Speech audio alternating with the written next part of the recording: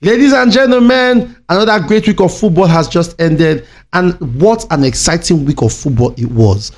So much entertainment, so much passion. It was exhilarating. Every game lived up to the hype, with the biggest game being Liverpool versus Man City, and that game gave us everything, including controversies, because Lord knows this season Liverpool and controversy 5 and 6. Anyways, here are the results of the games that went down during the week. Beautiful games, by the way, from the Eredivisie down to the Premier League. And there are a lot of things to talk about in these individual leagues. Not all the leagues per se, but in most of them. And we are starting first with the Eredivisie and Ajax Amsterdam. It is a lot to talk about with Ajax because it's like we are having the downward spiral with Ajax. And it's good to ask, or it's fair to ask at this point in time, what is going on with Ajax? What exactly is going on with Ajax? Now, they played on Sunday against Fortune Standard. They ended up drawing that game 2-2, which leave them 5th on the table. It is not looking good for Ajax as it is. They have not been able to keep the status quo that they had so many years back, losing the league last year, losing Edwin van der Sar, who stepped down as the CEO. They said he retired. Me, I don't buy that bullshit. The internal issues last year caused him to leave. He should leave all this, I stepped down because of I needed to retire. I beg, calm down, boss. I'm not children here, please. But anyways, moving away from that, it has not been an impressive season. Ajax had to struggle to get away from the top bottom of the league to push themselves to where they are now. But moving to the game that they played against Standard, I will say this: it was not an impressive performance at all. They conceded 2 very lousy goals. Goals that I felt that the defenders did not do enough to stop. The marking was poor from the midfield down to the defense that led to those goals. And I was not impressed at all with Ajax and the way they are playing. And the big question is, with the way Ajax are playing, would they make the Champions League come next season? I honestly don't think so. Yes, there's rumors that, they want Erik ten Hag back. We don't know how solid that rumor is. But what we do know right now is Ajax is not playing at the level that we would want them to play. And that with the way they are going, although they still have the likes of Bromby, who I will not lie, he has been impressive. Jordan Henderson has come into the club to spark some kind of light in the team. But the team in itself is lackluster. They lack the ability to want to do anything, and they are not clinical when it comes to goal scoring. So I don't think Ajax will be going far in and making the Champions League this year. But anyways, moving on to other things, we go to the German Bundesliga, where Bayern Munich entered destructor mode. They decided that they wanted to destroy a team, and they did it with all their might. Bayern versus Mainz ended 8-1, with Harry Kane getting a hat-trick, Goretzka getting 2 goals in that game, Gnabry also getting on the score sheet, Thomas Müller. And I will say this, that Harry Kane should now be discussed as a potential Ballon d'Or candidate. He should be discussed as a potential Ballon d'Or candidate, and I'll tell you why. This man has 30 goals in 25 games. That is a really great feat. We've been talking about Haaland and Mbappe, but this guy is doing really good in the goal department this season. He's doing really good. Yes, Bayern is not having the most creative of seasons, but do we think that Harry Kane should be considered for a Ballon d'Or this season? Yes. He has been. Now, this is my reason, and hear me out. I know you may not agree, but listen to me. Harry Kane has managed to score plus 20 goals in the last 5 seasons consistently. This man, no matter how bad his team is playing, now remember, he played for Tottenham Hotspur. No matter how bad the team is playing, he finds a way to always score. Harry Kane should be in the Ballon d'Or nominations this season. He should be making top 3 with the way he's going. That's just my take on it. He should be making top 3. But then it was good to see Gnabry back on the field. He's been out for quite a while with an hamstring injury. Came on the field, got himself a goal. It was a beautiful sight to behold. But this is the Bayern team we wanted to see. They came into the game, they dominated the game, and they won. But their counterparts and those topping the table said, we will not grieve for you. And Bayern Leverkusen, who played Wolfsburg yesterday, ended up winning Wolfsburg 2-0 on the night.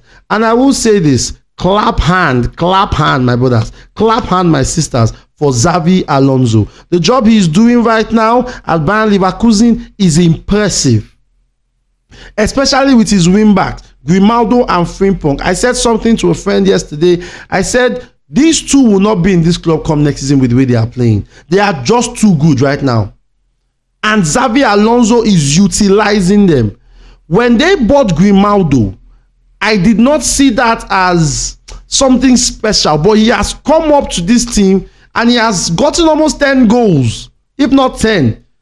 That's a special feat for a right wing back. He's doing really well at the moment.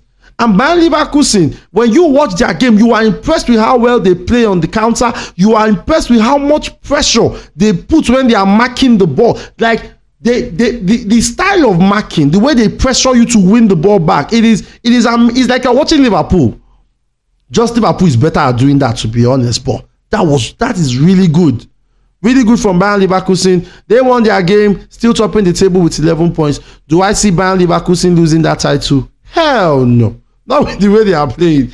Hell no. And then we move out to Real Madrid, who had a convincing win over Celta de Vigo 4-0 with goals from Vinicius, 2 own goals from Celta de Vigo players. One would have counted for Rudiger, but ended up being an own goal. And a goal for Arda Güler. Happy for the young man getting a goal in La Liga at your age. It's quite impressive. But then congratulations to Luka Modric, who made it 350 games for Madrid, and Toni Kroos, who made it 300 games for Madrid. Now, I want to talk about this briefly, but I feel it needs to be talked about. I feel that Vinicius Jr. is not being treated fairly in La Liga. First off is, he has to deal with the way fans treat him on a daily basis, mostly opposition fans, with either racial abuses or throwing words at him almost every game. And then there are the refs, who basically are not helping issues.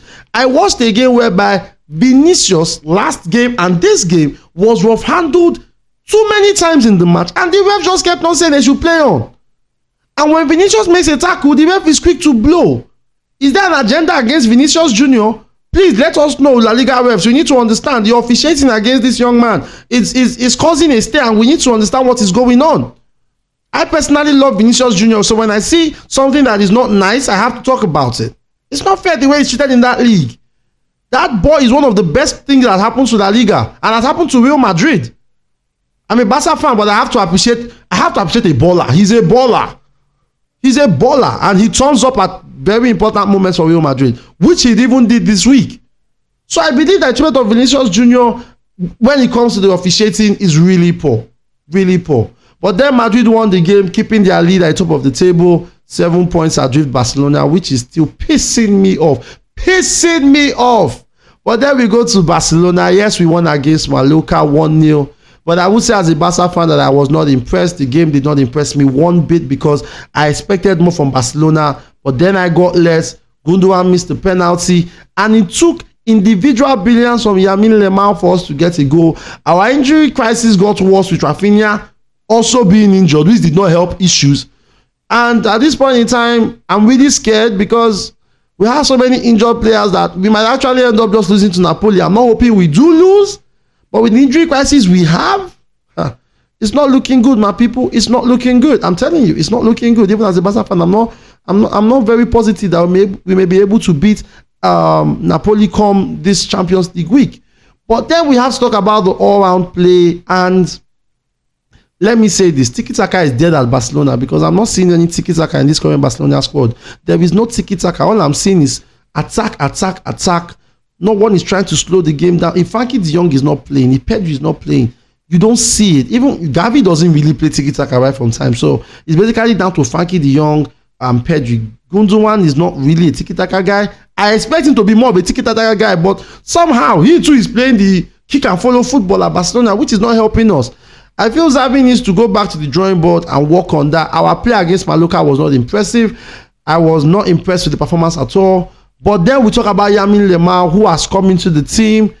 And when we need him to come up clutch, he always does. And I'm really hoping that injuries do not end this young man's career the way it ended Ansu Fati, because Ansu Fati would have really been a big deal for us. But due to injuries, he's not doing really well and he's now at Brighton. So I'm hoping that this time, Lamine Yamal can stay fit, because we need him fit right now, so that we can be able to go far in the Champions League. That's if we beat Napoli, though, and you can be able to go far in the league. I'm really hoping that Madrid can drop points, because as a Barca fan, hate me or love me, I want my team to carry league. If you don't like it, it's your problem. Oh. And then we move over to Tottenham FC. Tottenham played against Aston Villa in an incredible game, of which Tottenham did win that game 4-0. Impressive performance from Tottenham. We go from Heung-min Son, Timo Werner, to list a few. It was a really it was a tight-fisted game at first. Before we knew the goal started coming, Aston Villa lost their way. I've always spoken about high-line football and what it does to the game. High-line football has one issue. When they throw the ball over your defense, it's over. Both teams played high-line football, Aston Villa and Tottenham, but one got the better of the other. And it was not looking good for Aston Villa. They lost the game. But then Postecoglou made a statement where he said that he wasn't challenging for the title this season, but he was going to challenge come next season. And do I buy that? Do I think he can challenge for the title come next season? With that style of football they play, really good attacking team, but can they win the league with the way they play? They cannot. Why? Because the style of football you play, you don't want to change it. You want to play on the high line. When you're losing, you don't want to try to organize your team to sit in and try to control the game. You can't play high line against teams like Man City, Liverpool, even Manchester United, because they love to play on the counter. Postecoglou winning the league, I don't buy that. But can they make top 4 every season? Maybe. Just maybe. And then we go to Manchester United. Here's what I will say about Manchester United. Congratulations on your win. I don't think it was the most impressive of performances, but they found a way to win the game with goals from Bruno Fernandes and Rashford from the penalty spot. I just felt that game went their way because Everton couldn't convert. Other than that, congratulations. I have nothing to say on that. As for Arsenal, great win, keeps them in the title race. They are currently seated first on the table, on goal difference to Liverpool. But when we look to the performance, let me say this, that Declan Rice is worth 100 million. And he has proved it time and time again that he is worth 100 million. More than Caicedo, more than Enzo Fernandez, more than Anthony. He has come into Arsenal, he has made an impact. He has scored goals when they matter. As for the goal Arsenal considered, Aaron Ramsdale made a mistake. I was really hoping he wouldn't concede, but he ended up conceding, and it was sad to behold. But then it happened. But he still had a good game, made 2 clinical saves and made sure that Arsenal did not lose that game. Arsenal got the win in the end. Kudos to Arsenal. They keep the title challenge up. But the question is this: will they not bottle it again? It's not about winning games. It's about making sure you don't bottle the league. There's what Arsenal has done this season more than any team in football history. It is bottle a league title. Are we sure it will not be a repetition of what happened before? Only time will tell. But if you ask me my own honest opinion, I can't bet on Arsenal until the final day. I'm sorry. And then the biggest match of yesterday, Liverpool versus Man City. Let me say this as well. I have never watched a game where Man City were that outplayed in my life. Man City has lost games. Man City has drawn games. Man City has lost title games.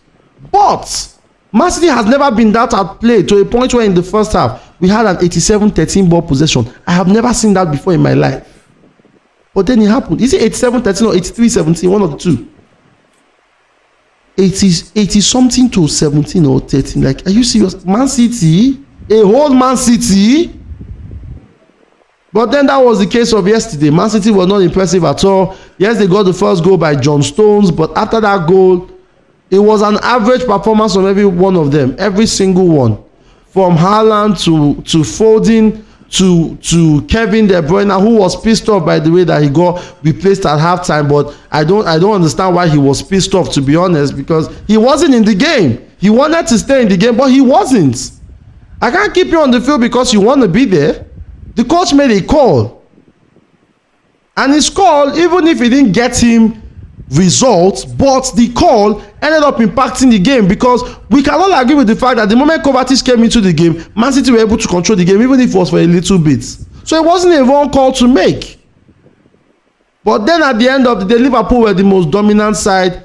The error from Henderson that led to the Liverpool penalty What was the goalkeeper thinking? There is no way in hell you're getting to that ball before Nunez. Why don't you just try to push? You see he's getting to the ball. What do? Cover your space. There is a big chance Nunez might miss that goal, but then you make a mistake. Nunez ends up going to ground. McAllister converts the penalty. But then Liverpool were the better team, but then the controversy came up between Doku and McAllister. Was that a penalty? Without the benefit of any doubt, without a shred of a doubt, that was a clean penalty kick.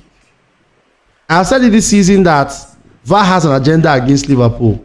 Curtis Jones, when they play against Tottenham, accidentally matches Pedro Porro, and he's sent off. The same thing happens to Liverpool. Caicedo matches what is the name of this young man? Gravenberch, he's sent off. Now Diaz scores in that same match, is disallowed.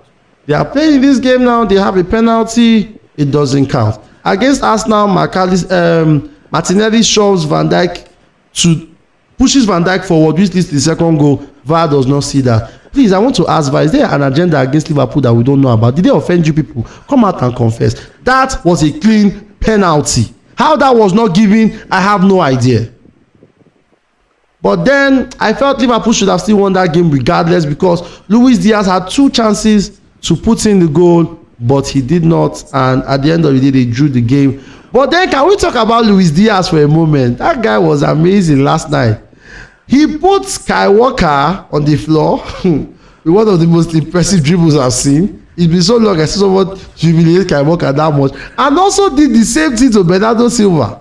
Ooh, my man turned to prime Neymar. This guy was playing like prime Neymar. But it's a pity they couldn't win the game.